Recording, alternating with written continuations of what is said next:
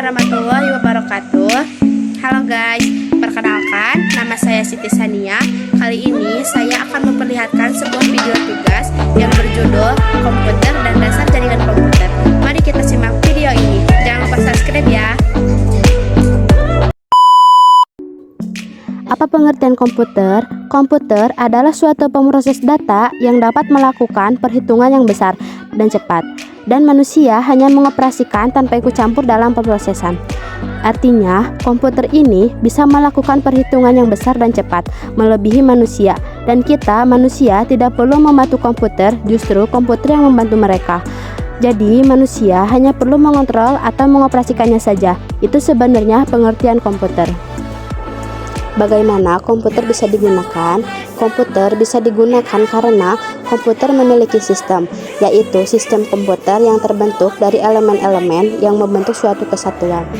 Jadi, elemen-elemen itu adalah bagian-bagian yang membentuk suatu sistem, yaitu sistem komputer, sehingga komputer itu bisa kita gunakan dan bisa mengolah data, serta menghasilkan informasi yang kita peroleh. Kita ibaratkan saja pada sebuah motor yang memiliki banyak sekali bagian-bagian, misalnya ban, terus mesin, ada jok, spion, dan lain sebagainya. Nah, dengan adanya bagian tersebut, motor bisa berjalan dan bisa digunakan, sama seperti sistem komputer. Apa saja elemen sistem komputer? Yang pertama, hardware, perangkat keras yang dapat dilihat dan dipegang secara fisik, contohnya mouse, monitor, dan keyboard. Yang kedua, software atau perangkat lunak. Software sendiri berisi perintah-perintah untuk melakukan pengolahan data. Maksudnya adalah software sendiri kita tidak bisa tahu seperti apa bentuk fisiknya. Tetapi di dalam software ini terdapat perintah-perintah yang dapat dijalankan. Sehingga misalkan pada aplikasinya bisa kita pakai seperti itu. Jadi aplikasi yang kita pakai di HP kita kan kita gak tahu bentuknya seperti apa. Ternyata di dalamnya itu ada perintah-perintah atau familiar dengan kata coding, sehingga aplikasi itu bisa kita gunakan. Selanjutnya adalah brainware. Brainware adalah manusia yang mengoperasikan atau mengatur komputer. Brainware ini juga elemen yang sangat penting, karena tanpa adanya manusia, si komputer itu juga tidak akan bisa berjalan. Jadi ketiga elemen ini yaitu hardware, software, dan brainware juga harus berjalan untuk membentuk suatu sistem sehingga komputer bisa kita gunakan. Bagaimana struktur komputer? Struktur komputer adalah cara setiap komponen hardware komputer saling terhubung, mulai dari memasukkan, mengolah, dan mengeluarkan data. Di antaranya ada input, proses, dan output. Yang pertama, perangkat input. Perangkat input adalah perangkat keras pada komputer yang berfungsi sebagai alat memasukkan data dan informasi untuk diproses oleh output.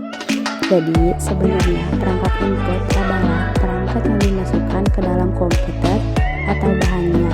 Misalnya mouse dimasukkan, maka kita bisa menggunakan pointernya. Kemudian keyboard, jika dimasukkan ke dalam komputer, maka kita bisa mengetik dan lain sebagainya. Jenis-jenis perangkat input.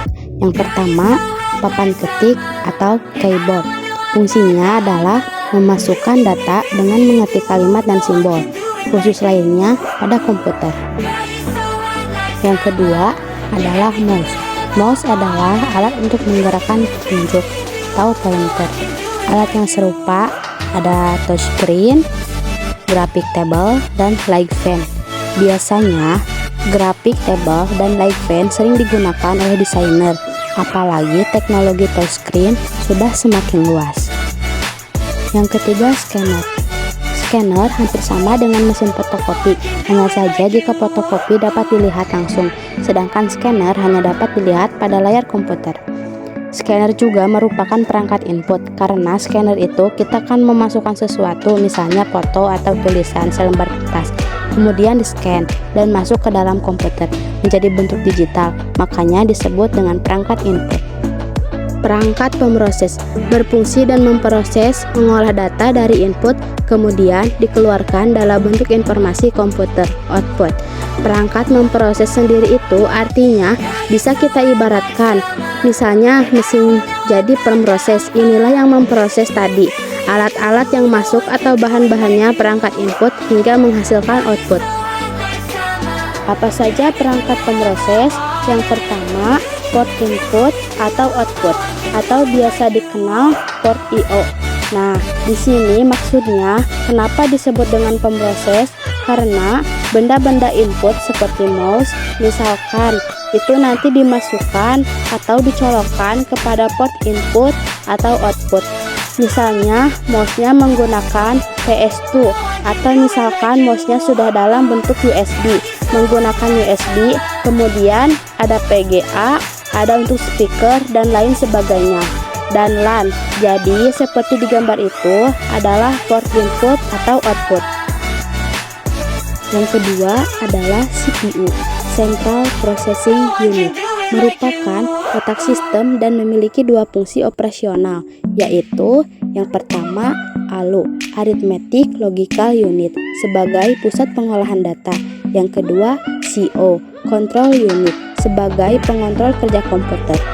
Maksudnya seperti apa ketika komputer bekerja sebagai ALU, yaitu sebagai pusat penggunaan data. Artinya semua data yang ada pada komputer, semua data itu diolah oleh komputer. Kalau diibaratkan dengan manusia, di CPU ini adalah otaknya manusia. Yang ketiga adalah memori.